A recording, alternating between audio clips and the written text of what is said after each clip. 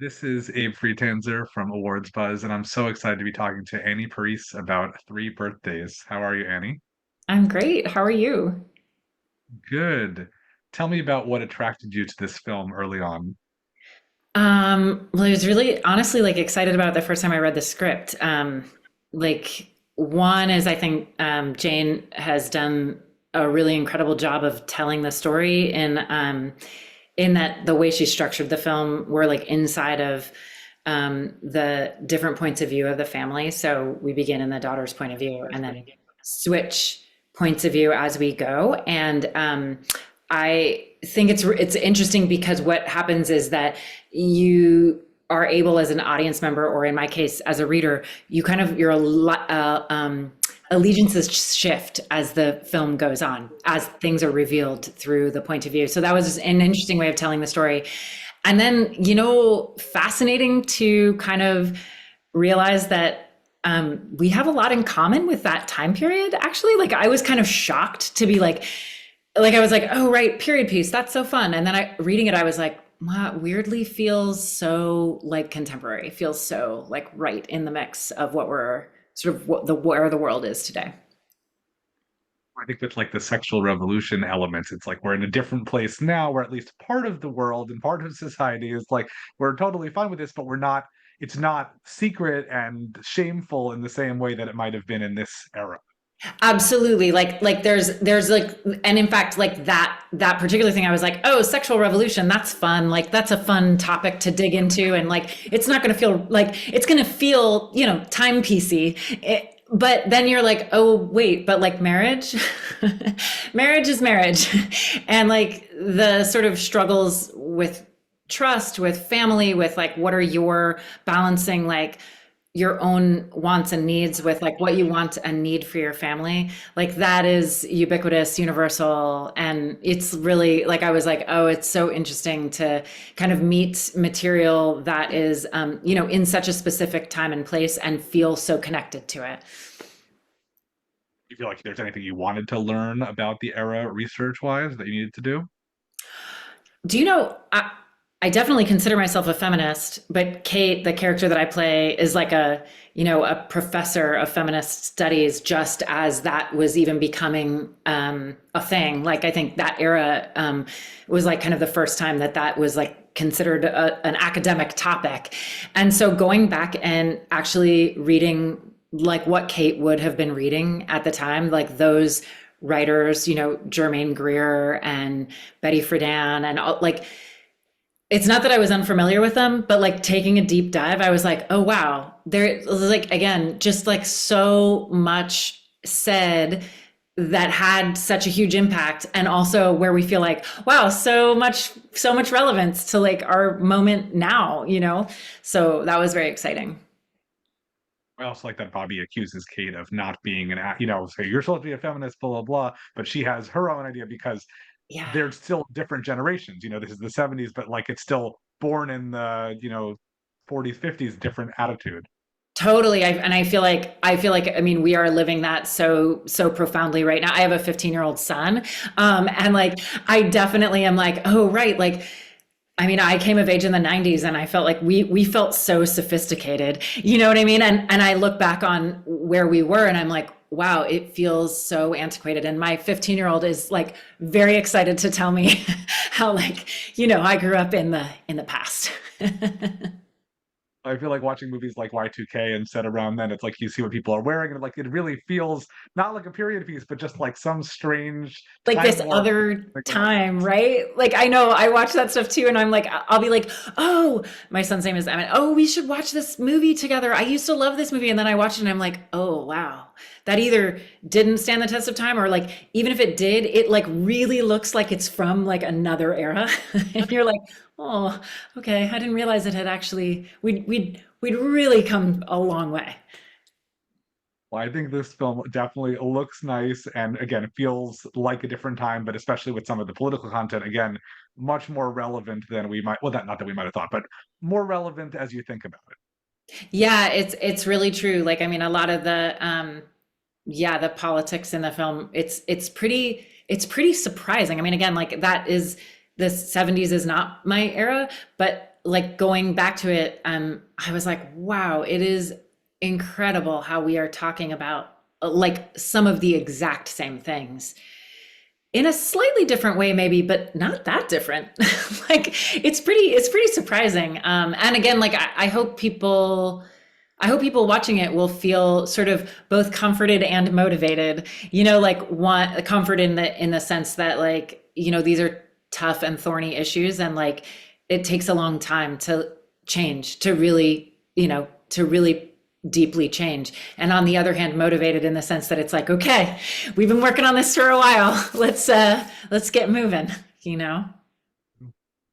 What do you think about the model of marriage that Rob and Kate have? Do you think that there are any healthy elements there? I mean, in the sense that they're more open with each other than a lot of people, just not necessarily in the right ways.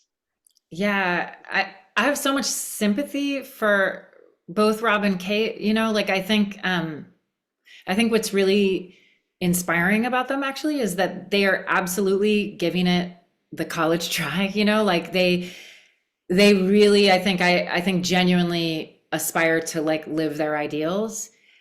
And I think it's just that the movie really touches into that deeply uncomfortable place where like the rubber hits the road when it comes to like ideals, and then just like what it is to like actually be engaged with other people. Like it's messy and it doesn't look like what you think it will look like. It can't be sort of, you know, fit into a political theory. And I think both of them are going through the like very difficult journey of figuring that out. And sometimes more gracefully than others, you know, which again, I have a lot of sympathy for because, you know, it's like, I don't think it's easy. I think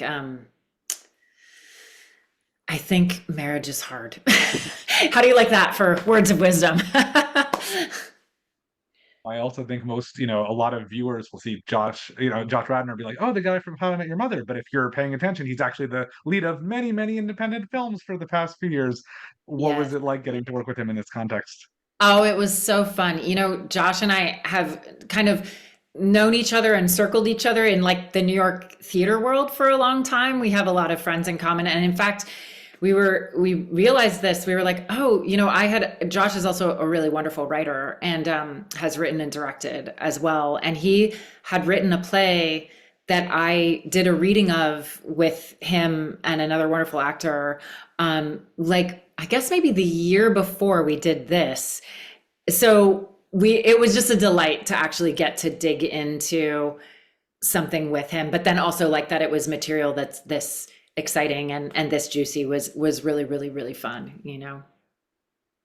And a somewhat less known quantity, is it Nuala Cleary who plays Bobby? Nuala, Nuala, Nuala. yeah, yeah, yeah. This was Nuala's first job. She had just graduated from Carnegie Mellon, and so it was like really, really sweet to be working with her in that moment. I mean, you know, I remember those very first jobs that I did out of school, and it's such an exciting time. So it was like fun to be with, you know, to be experiencing that with her.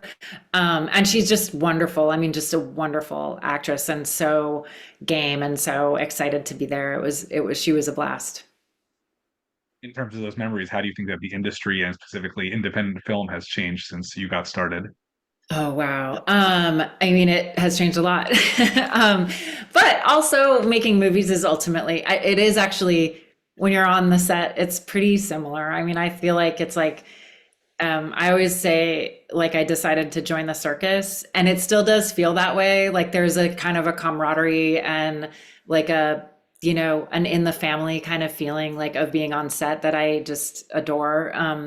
But yeah, it's a different world of like, you know, how movies get made. I mean, when I was coming up, it was like kind of indie film was kind of like where it was at. And now, you know, and then it sort of moved into television, like, which just wasn't a thing. Like, I mean, it was obviously, there were lots of TV shows, but like kind of indie film was really like what everybody wanted to be doing. And, I kind of have this suspicion that we're going to circle back, actually. I have this feeling I feel like there's a lot of energy in indie filmmaking right now, despite the fact that it's hard to scrounge up the money always, but maybe harder right now than it feels like it has been. But that said, there's just so much energy in it, and I feel like over the last maybe like 4 or 5 years especially, I wonder if it's post pandemic, like people getting really scrappy about like, just like making it. And I just remember like my early days of leaving college, and it was like all like off Broadway in like basements and like little tiny movies where it was like somebody knew somebody who had access to a camera, and we were going to do it for, and like I love it. I mean, it's like kind of feels like the world that I came from, like the really scrappy side of it. So I hope it's not just wishful thinking on my part. I hope that that's kind of, we're circling into a really exciting, it feels like we are circling into an exciting moment for independent film. I did want to ask you about, I guess, precisely the opposite of this, which is I always think when I saw you were in this, thought of two TV roles you had on, Yeah. not quite procedural shows, Person of Interest and The Following, which Oh I feel yeah. like Person of Interest I really loved. The Following, I definitely remember watching that, and it was like every episode Kevin Bacon was like, "We're going to protect you, you'll be fine," and that person was brutally murdered by the end of the episode. So Yeah. again, not like a typical procedural, but how do those kinds of roles follow you, and how do you look back on them at this point?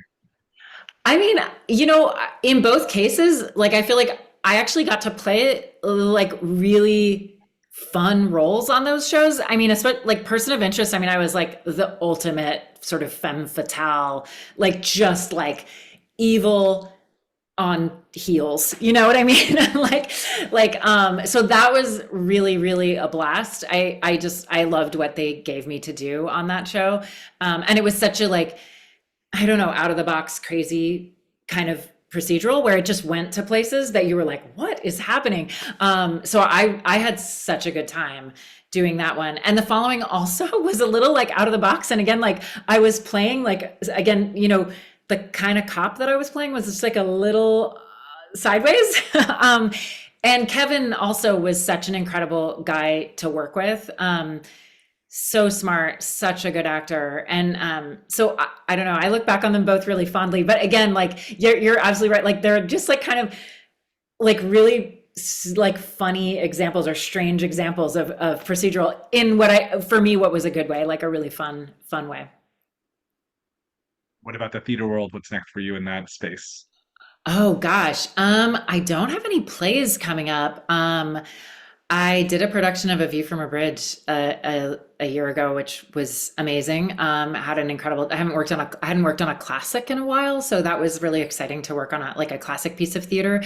But yeah, I haven't got a theater plan coming up at the moment. That said, I'm always into it. It's like I don't know, maybe just going to school in New York City. I'm like, oh, theater, I love you. Well, what are you watching right now? I know it's right in the middle of award season. Is there anything that you've seen that's really sticking with you as very memorable and great? Oh my gosh. Let me see some favorite movies that I've seen. I loved Conclave, actually. I thought it was so well done. I was really surprised by it because I honestly like I was a little bit like, oh, we're going to a movie about the Pope. Like, who cares? I mean, not to be sorry, Pope. But it just was so not what I was expecting. And I thought the performances were kind of unbelievable. I mean, I loved those performances. I watched A Complete Unknown with my daughter, who's like a big Timothy Chalamet fan, and that was really fun because I both love Bob Dylan, also thought Timothy Chalamet was amazing, and it was really fun to watch my daughter, who just like thinks he's a dreamboat, be like, oh, so that was like a really fun watching experience for me. I feel like I should name, oh my gosh. Okay. Um, there's an animated film that did you see Flow?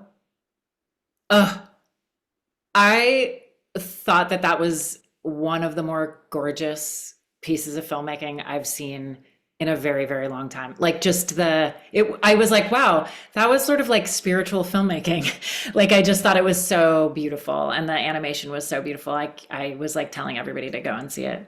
So maybe those really just immediately popped to mind.